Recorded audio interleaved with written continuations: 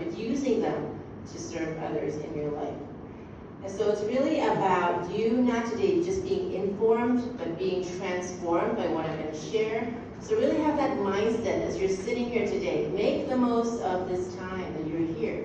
What you put in is what you'll get out. What you put in, your effort, is what you get out. So what are you expecting of yourself today? Kezzy, what are you expecting of yourself today? To learn, yeah, and hopefully use it when you go out of this class. Okay, Nick? To take away things I can use By controlling and manipulation, it's like, oh, they're not going to really do what I say if I just give out all the facts. I'm going to have to manipulate them a little bit to get what I want.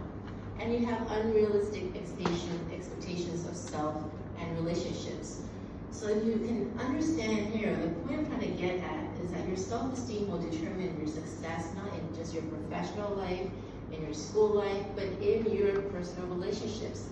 How you feel about yourself will affect your future relationships with your spouse, with your children, with your friends. So knowing to know how to esteem yourself will definitely help you set yourself up for success with those relationships.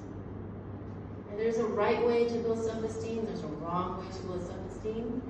The right way is we'll talk about how you serve people. As you're serving people out of your strengths, knowing what you're good at, being proud of what you can do, you build your self-esteem that way.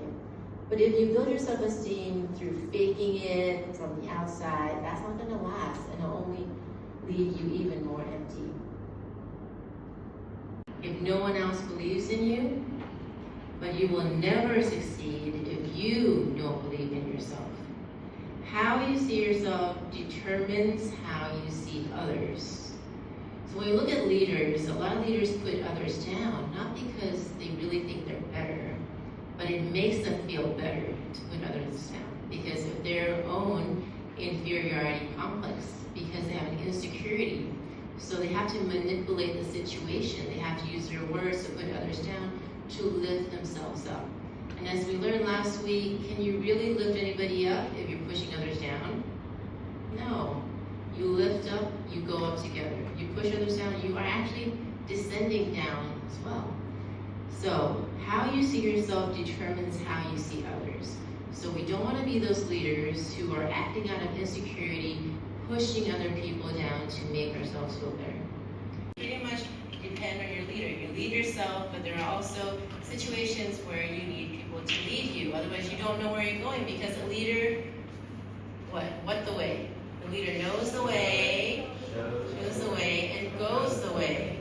Right? A leader knows the way, shows the way, and goes the way. Sometimes teams get together and they don't know what to do, so they depend on the leader to have that leadership skill of getting people together, encouraging people together, helping people use their strengths together as a team to move forward as one unit. You don't know what you're going to get, so the leader needs to be able to, along the way, plan, help give feedback, help encourage, help troubleshoot along the way with the teams until they get to the deadline. That was a good example of that, right? And they list out 3 scenarios of why the problems could happen, whether it's the person, the wrong person, in the wrong job. Sometimes we can use different people, like introverts can still be interviewers, but if they hate doing it, then maybe that's the wrong job. You kind of have to look at your people. Is this fitting to their skill? Can they do it? And do they want to do it? All right, people who don't want to do it are not going to be motivated. No matter what you say to them, they're not going to be motivated because they don't like their job. Okay, now we have this conscience, this small voice inside our head, right, telling us, oh, don't do that, do this. Sometimes there's a struggle inside, right, between what you really want to do, but what you know is right and what you know is wrong. It's your God-given capacity for humans to exercise self-evaluation. And when we overlook our conscience, when we ignore our conscience, we do the bad thing anyway. We do the wrong thing anyway, even though we know it's wrong. We slowly sear our conscience. You guys know sear tuna, right? They use this flame to just sear the top. From being really soft, becomes crispy, and burnt. Now your conscience is like that. One time, oh, I feel really guilty. I did that. I took some money from my mom's purse. I feel guilty, but nobody found out. I try it again. still feel a little guilty, and that's still nobody found out. And then you do the third time, fourth time, fifth time. It feels less bad each time you do that little bad thing. So it becomes easier to do a little bit more bad the next time. That's when you know your conscience has been seared. It is possible to sear your conscience. If you know the right thing to do, but don't do it, then it is easier to not do the right thing the next time. If I keep doing the wrong thing again and again, eventually my conscience won't bug me anymore. It will just be quiet.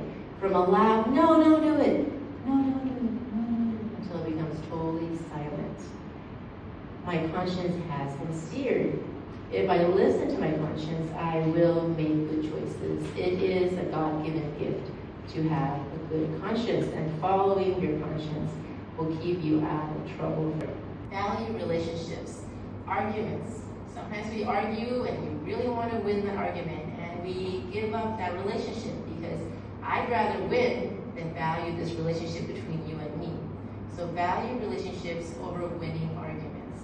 Encourage and build up others. So this is our family and business values. So think about what your values are. I think that's something you can do it yourself. Whether it's justice, fairness, kindness, is it loving people, is it caring for the needy? These things are really what's important in life. And I just really want you guys to focus on this as you're growing up, because it's not all about money and success and material things. It's about these values that you will take with you in life. The most important part of building character is to understand how to align ourselves so that good character can develop. I heard the word alignment in this group when you guys talk about the club, right? Aligning the mission, aligning the values, the action. So values are what you believe, what I believe. Thoughts, align what I believe with my thoughts. Feelings, what I feel. Action, what do I do, how do I act? So these things, when they are aligned, you're going to be able to live a life that's fulfilled and a life without regret. So aligning your values with your thoughts, with your feelings, and your actions. That's when you're going to be able to grow in whatever profession you are, whatever thing your activities you are involved in. The problem in a lot of companies is that employees have disengagement. They don't want to go to work. They don't feel happy at their job. They want to quit. Well, what are they going to do? Because it's a stable income. Why do they feel like that? It's because maybe their personal values aren't aligned with the company's values. And so they're forced to do things that they don't believe in. I had worked in a company that imported movies. So this is way before like the K-pop trend came. We imported Korean movies, and we were the first company to import these Korean movies. It was very, very popular, right? So it's a small company, and then we were doing well, and I was really happy with my job until the owner wanted to import different types of things, and I was like, that's not really sure if that's aligned with my values. So I started to shift, like maybe this is not the place for me. And then when we did our advertising marketing company, we would choose our clients based on their values. So if this client is somebody that we want to support, we believe in their message, because we have to do the copywriting, we have to do the graphics, we have to do the communication. We want to be able to support what they're doing. So one of our clients was Greenpeace. And so back then, we were like, oh, this is a great initiative. We're all behind this. We're going to support you in what you're doing in terms of the Southeast Asian initiatives. And then another client who was a good client in terms of technology company, he wanted to open another company that was kind of like a gray area. So I was like, I'm not sure we can support you in this project because it's not aligned with my personal values, it's not aligned with our company values, so we can say no to clients. Because we knew that if we said yes, despite the fact that we're not aligned in values, I'm not going to be doing my best job for him. I'm going to feel very conflicted inside, and I'm not going to feel like I'm doing good work. So I need to be proud of what I do. We need to be proud of what we do. So making sure that your values align with your thoughts and your feelings and your actions is going to help you find fulfillment in anything that you do.